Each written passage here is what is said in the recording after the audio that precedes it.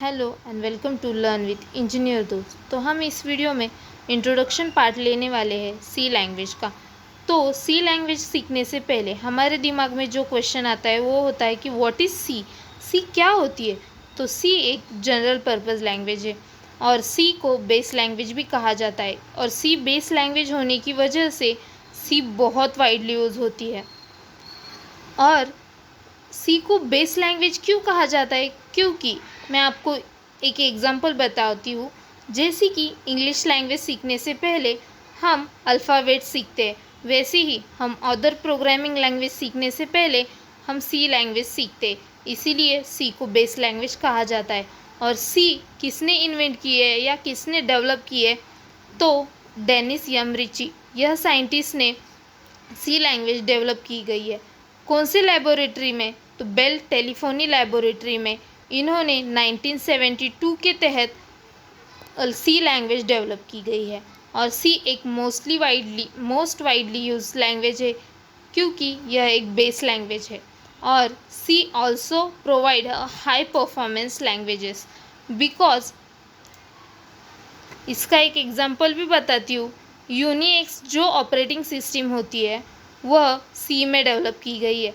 तो सी प्रोवाइड करता है high performance to our applications और कंपाइलर्स। तो अब हम बेसिक सिंटैक्स जान लेते हैं जो होता है सी लैंग्वेज का।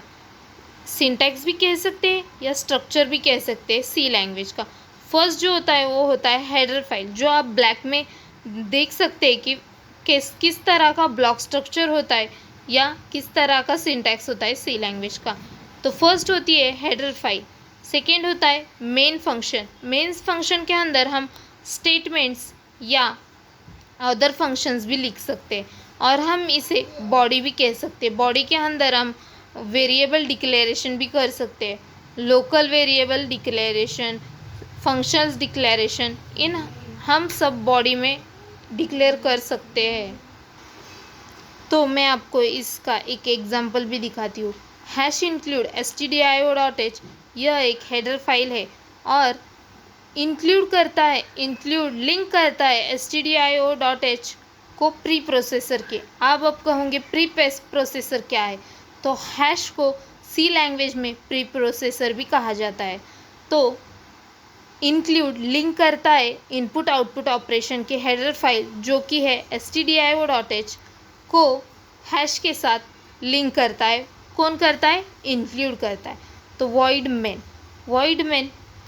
एक रिटर्न टाइप है जो कि कोई भी वैल्यू रिटर्न नहीं करता है। दो रिटर्न टाइप होते हैं in C language, int and void. Void जो होता है वो कोई भी वैल्यू रिटर्न नहीं करता है और इंट जो होता है वो वैल्यू रिटर्न करता है, 0 और 1 में वैल्यू रिटर्न करता है। मेन एक फंक्शन होता है। हाँ, सी में एक बिल्ट इन फंक्शन होता है, वो होता है मेन फंक्शन। और हमारा एग्जीक्यूशन मेन फंक्शन से ही स्टार्ट होता है। हमारे प्रोग्राम में कितने भी फंक्शन हो लेकिन एग्जीक्यूशन मेन फंक्शन से ही स्टार्ट होता है। तो इन ओपनिंग ब्रैकेट, तो हम स्टार्ट कहाँ से करते हैं? Opening bracket. और क्लोज कहाँ से करते हैं? Closing brackets. तो फर्स्ट ओपनिंग ब्रैकेट करने के बाद हम इधर वेरिएबल डिक्लेरेशन भी कर सकते हैं, फंक्शन डिक्लेरेशन भी कर सकते हैं और सिंपल सा आउटपुट फंक्शन भी लिख सकते हैं, इनपुट फंक्शन भी लिख सकते हैं। तो फर्स्ट हम लिखते हैं सिंपल आउटपुट फंक्शन जो होता है प्रिंटएफ, और सिंपल इनपुट फंक्शन जो होता है वो होता है स्कैनएफ। स्कैनएफ का हम बाद में लेंगे, अभी मैं प्रिंटएफ का बताती हूँ। प्रिंटएफ लिखने के बाद हम डबल कोट्स में जो भी लिखते हैं वो एज इट इज़ प्रिंट होता है।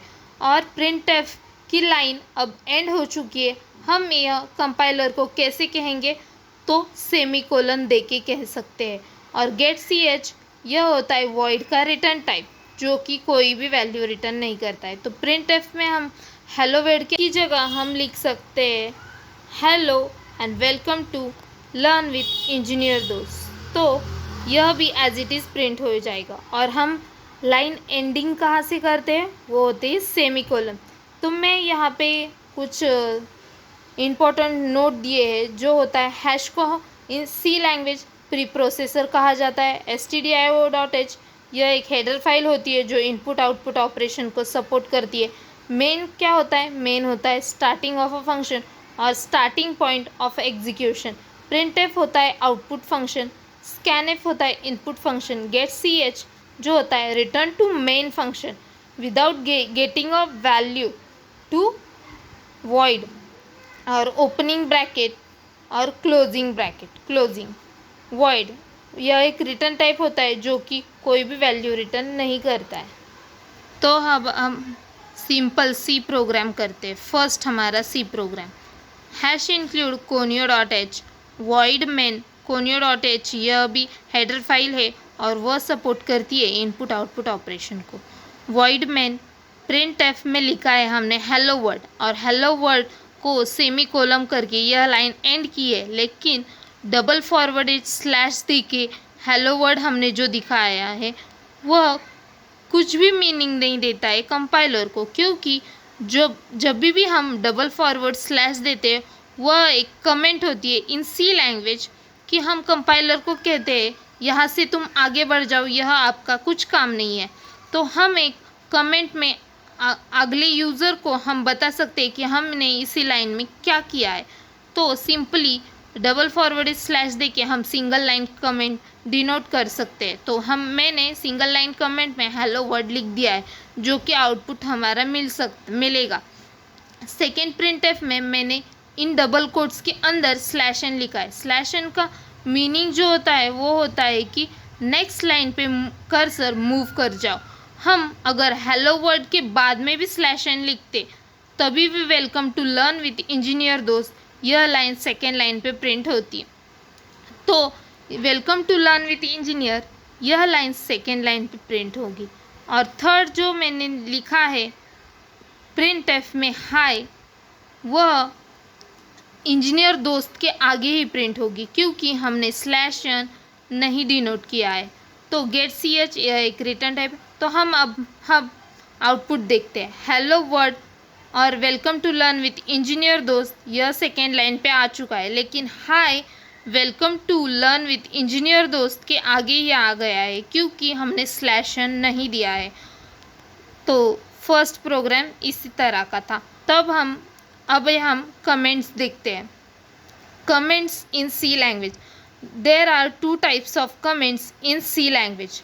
तो फर्स्ट होती है single line comment and multi line comment. Single line comment denoted by double forwarded slash और मल्टी लाइन कमेंट हम डिक्लेयर करते हैं वन फॉरवर्डेड स्लैश और स्टार वाला symbol, then multi line comment in C और then हम close करते हैं स्टार वाला साइन और फॉरवर्डेड स्लैश से। तो thank you for watching and do subscribe to my channel.